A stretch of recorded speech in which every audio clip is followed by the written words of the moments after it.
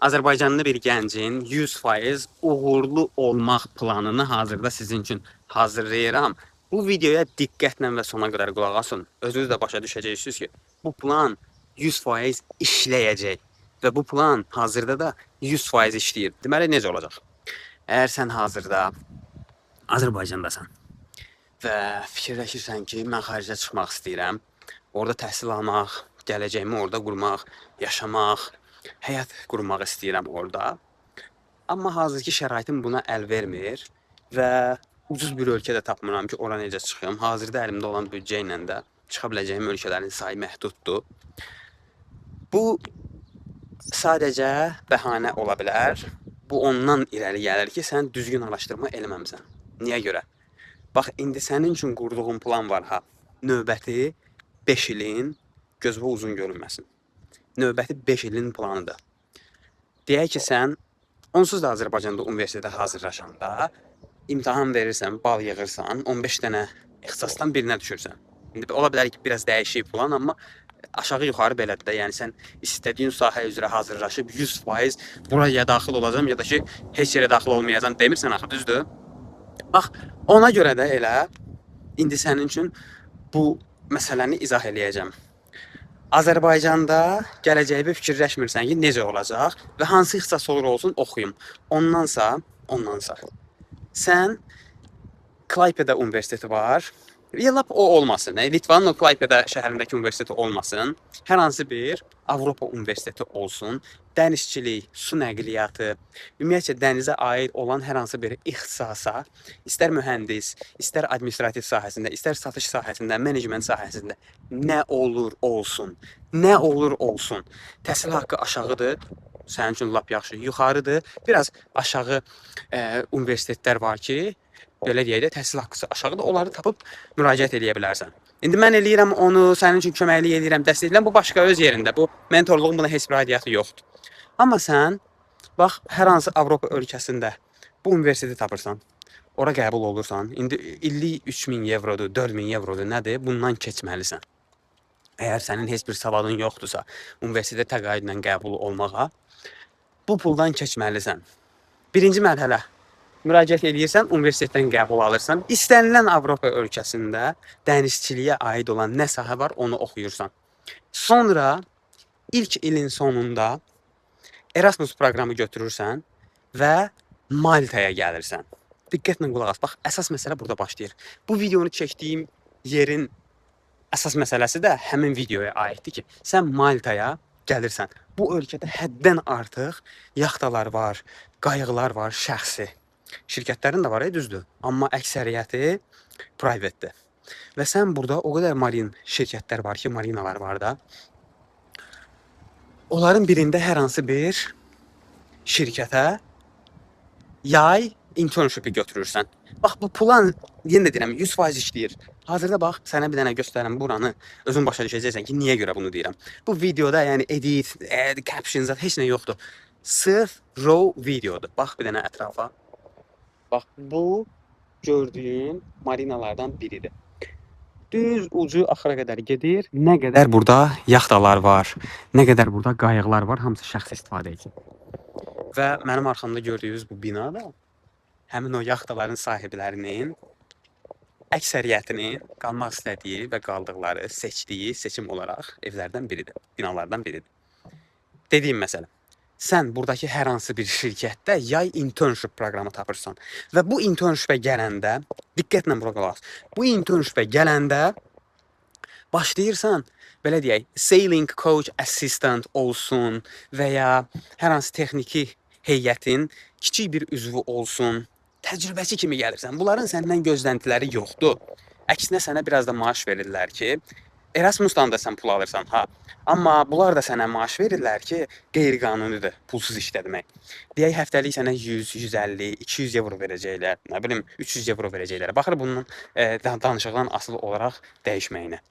Sən hər hansı bir qayıqda, yaxtada kapitan köməkçisi ola bilərsən, deckhand ola bilərsən, deckhand helper ola bilərsən, assistant ola bilərsən, fərqi yoxdur.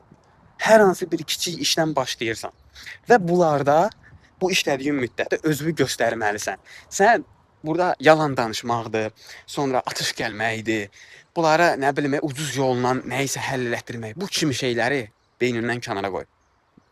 Təsəvvür elə ki, sənin gələcək həyatın və sənin ailəvin də həyatı bu işdən asılıdır. Sən dediyim kimi nə edirsən? Bütün yayı burada başlayırsan həmin o işlərdə keçirməyə. Backend olsun, nə bilim, qayığı yuvan olsun, sonra mexanik köməkçisi, texniki, bu kimi işlərdə başlayacaqsan. Bax, bu real bir plandır. Niyə görə işlədiyini deyim sənə. Mənim bir tanışım var burada. Həmin oğlan Mərakeşlidir. Müsəlman bir oğlandır, Mərakeşlidir. Və o, buranın ən böyük tikinti şirkətinin sahibinin yaxtasında chief engineer və captain assistant işləyir. Niyə görə bu iş ayrı-ayrı şeylərdir, amma bu ikisini bacarır? Çünki trust yaradıb, güvən yaradıb həmin o sahibin gözündə. Sıfırdan başlayıb, heç kim olub, sıfırdan başlayıb. Amma o qədər güvən yaradıb ki, hazırda chief engineer olaraq bir öz yerində, qayıqla da bağlı, nə bilim, sürmək zad belə sertifikatını da alıb, deyək ki, kapitan yoxdur, bu onu əvəz eləyir. Və gecə gündüz də qalır onun içində. İstəsə çıxar gedər gəzər, istəsə də ki, qalar o yaxtanın içində. Ən böyük yaxtalardan birinin chief engineeridir, baş mühəndisidir. Bax, bu Avropalılarda belə bir şey var ki, mən sənə indi məsələnin digər tərəfini danışıram ki, Avropalılardan güvən ala bilmirlər. Səbəb odur ki, Avropalı bildiyin əyləncə sevən insandır, müvəqqəti şeyləri sevən insandır. Gəlsin 2 ay burada işləsin, 3 ay orada işləsin, çıxsın, getsin. Nə bilim, başqası biraz böyük maaş təklif edir, getsin ona. Amma biz Azərbaycanlılar olaraq, üçüncü növ ölkənin nümayəndələri olaraq belə eləmirik. Niyə görə? Çünki bizim işi itirmək, yaşadığımız yerdə resident permiti itirmək qorxumuz var. Onlar da bunu bilirlər, biz də bunu bilirik və ona görə də istər-istəməz bizim onlara güvən verməyimiz yaranır. Və biz onlara deyək ki, hər hansı bir Maltalı, Avropalı gəlib 3 ay işləyib çıxıb gedəcəksə, heç vezinə deyil bu iş, heç kontrakt da bağlamaq onun üçün maraqlıdır və bilir ki, müvəqqəti işləyir. Amma hər hansı bir Filippinli biri, müsəlman ölkələrindən olan biri bilinir ki, bu işçi gəlirsə ən azı 5 il işləyəcək. Çünki daimi yaşayış falan, o bəsməkan, həmin müddətdə də artıq dost olursan o gəminin, nə bilim, yaxtanın sahibi ilə. Sən onun ailəsinin içərisinə daxil olursan, sən onun, belə deyim, həyatındakı ən vacib insanları daşıyan bir varlığa, daşıyan bir insana çevrilirsən. Düşün ki, insanlar həyatlarını sənə əmanət eləyirlər və sən də bunu yerə vurmamalısan. Və dediyim kimi, gör hardan biz hara gəldik. Sadə bir universitet. Azərbaycanda özünü itirmiş, başını itirmiş bir tələbə, nə oxuyum, hara gedim, zad belə bilməyən bir tələbə, Avropa universitetlərinin ən aşağı bir universitet olsun. Ora daxil olur, sonra yay internship proqramını götürür Maltaya. Maltada da gəlir bu gəmi yaxtaların birində sıfırdan ən aşağı işlərdən birində başlayır və təcrübə keçir. Təcrübə keçəndən sonra qayıdır gedir öz ölkəsində təzədən oxuyur. O Avropa ölkəsində dediyim. Gedir burada oxuyur və növbəti il yenə də gəlir. Artıq sən 2 dəfə gələndən sonra bura adamlar da səni tanıyırlar. Sən də şəhəri tanıyırsan, ölkəni tanıyırsan, qanunlarına bələd olursan və təhsilin bitəndən sonra can atırsan ki, bura gələsən. Mən özüm də elə eləmişdim. Bax sizə bu real mən hadisəni danışıram. Və sizin növbəti 5 ilin içində necə uğurlu olmağınızı bu video ilə izah edirəm. Bax, indi kimsə deyər ki, bizdə o bəxt nə gəzir, nə bilim, məni işə götürsünlər falan. Səhv düşünürsən. Çünki, səbəbini deyim sənə, Erasmus proqramında fərqi yoxdur. Sən haralısan, nə bilim, Azərbaycanın hansı rayonundansan, hansı kəndindənsən, backgroundun nədir? Erasmus proqramı ilə seçilmisənsə, artıq Avropa öz ölkələri arasında mübadilə proqramı edirlər. Səni müvəqqəti yay, internship proqramlarına, traineeship proqramlarına götürürlər. Əgər bundan xəbərin yoxsa necə olur? Erasmus traineeship proqramları. Mən o barədə əvvəllər özüm traineeship elədiyim, Erasmus 2 dəfə traineeship eləmişəm. O barədə də video çəkmişəm, kanalda var.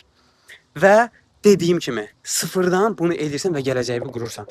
Maltada vergilər, tax haven sayılır da, vergilər o qədər aşağıdır ki, bu biznes registrasiya eləmək istəyənlər üçün. Ona görə də hətta sən araşdırma eləsən görərsən ki, bu Monacoda nə qədər bu yacht show olur. Həmin o yaxtaların şousunda əksəriyyəti 99%-i Malta bayrağı ilə orada üzür. Sən əgər onun bayrağına fikir versən, Malta bayrağının o loqosunu görərsən orada əksəriyyət yaxtalarda. Şərt o deyil ki, Monakodadırsa o Monegaskdırsa, Monakonun bayrağı orada olur. Yox, Monakoda ona görə registrasiya eləmirlər ki, vergi Maltadan yüksəkdir. Və sən, yenə də deyirəm, görəcəksən, istər bu Mykonosda olsun, Yunanistanın hər hansı bir yerində olsun, Kiprdə olsun, əksəriyyəti Malta bayrağı ilə üzür orada. Başqa bir sual da yarana bilər ki, mən niyə görə sırf dənizçilik, yaxta sahəsini, qayıqlar haqqında danışıram və niyə görə sırf Maltanı qeyd edirəm? Gözəl insan, birincisi, bayaq da dediyim kimi, Maltada həddən artıq yaxtalar var, yaxta sahibləri var və bu industriya çox inkişaf eləyib. İnsanların əksəriyyətinin və fərqi yoxdur, yerli və xarici insanların cəlbi bu ölkəyə daha yüksəkdir. Çünki burada pul qaynayır, burada biznes qaynayır. Və ondan da əlavə, sən əgər gələcəyi belə deyək də yüksək həyat şəraitləri ilə qurmaq istəyirsənsə və öz və gələcək ailə üzvləri və yüksək səviyyəli həyat bəxş eləmək istəyirsənsə, bundan gözəl, bundan produktiv bir industri hansı var ki, mən özüm bunu eləməmişəm. Mən belə deyim də, məlumatım olmayıb. Sadəcə sizin kimi mən də eləmişəm. 15 ixtisasdan birini seçmişəm, düşmüşəm. O da olub elektrik mühəndisliyi. Amma mənim məlumatım olsaydı belə bir şey, Azərbaycanda oxuyub 4 il boş yerə vaxt sərf edəcəyimə, xarici ölkələrin birində o vaxtda lap çox ucuz idi də. 1600 evroya da illik universitet oxumaq olurdu. Verib oxuyardım mən xaricdə və gəlib bu sahələrin birində sıfırdan başlayardım. İndi artıq mənim əlaqələrim çox güclü olardı. Sən özün fikirləş ki, yaxtası olan bir insan həqiqətən də uğurlu bir insan sayılır ki, istər biznes tərəfdən, istərsə də ki, ağıl tərəfdən. Çünki bu insan normal yaxtanın qiyməti ən azı deyək ki, lap balacasından götürək, çox balaca biri 560 min evrodan, dollardan başlayır. Və onun qiyməti, nə bilim, belə 8 milyona var, 120 milyona var, 300 milyona, 500 milyona. Bunun yuxarı yeri yoxdur. Və sən həmin o yaxta sahibinin həyatına daxil olursan, onun işinə daxil olursan, onun işini görürsən və əlaqələr yaradırsan. Onun dostu gəlir qonaq kimi, sən onu qarşılayırsan, ona xidmət göstərirsən, özünü yaxşı göstərirsən. Və bundan sonra sənin həyatın parlayır. Başqa bir şey sənə nə lazımdır ki? Bundan gözəl bir həyat planı. Və bu video 10 dəqiqədir, 15 dəqiqədir, indi bilmirəm. Bu sənə gələcək illərində özün üçün bir blueprint olsun. Bunu eləməyə qadirsənsə, bunu eləməyə gücün çatırsa və istəyin varsa, mənlə əlaqə saxlaya bilərsən. İstəyirsənsə özün elə, problem yoxdur. Amma bu videoda dediklərimi mütləq beynivə qoy və bununla davam elə. Uğurlu olmayacaqsansa, elə bir şey yoxdur. Cümlənin axırı gəlməyəcək. Bu uğurlu olmayacaqsansa falan şey olur. Elə bir şey yoxdur. Cümlənin axırı yoxdur. 100% garantidir və sən bunu eləyəcəksən. Bəzi insanlar indi şübhə ilə yanaşa bilərlər və yaxud da ki, bir çox insanlar video çəkəndə heç vaxt garantiya ilə danışmır, eləmir. Amma bu video garantiyalı bir videodur. Elə və uğurlar sənə. Başqa nə sualın varsa, mentorshipə yazılmaq istəyirsənsə, mənim mentorluq proqramıma yazılmaq istəyirsən, xaricdə təhsil, təqaüd, internshipləri maraqlanırsansa, vaxt itirmədən yazıl. Ya da ki, özün belə bacarıqlı birisənsə, problem yoxdur. Elə, amma dediklərimi mütləq apply elə öz həyatına. Hələlik.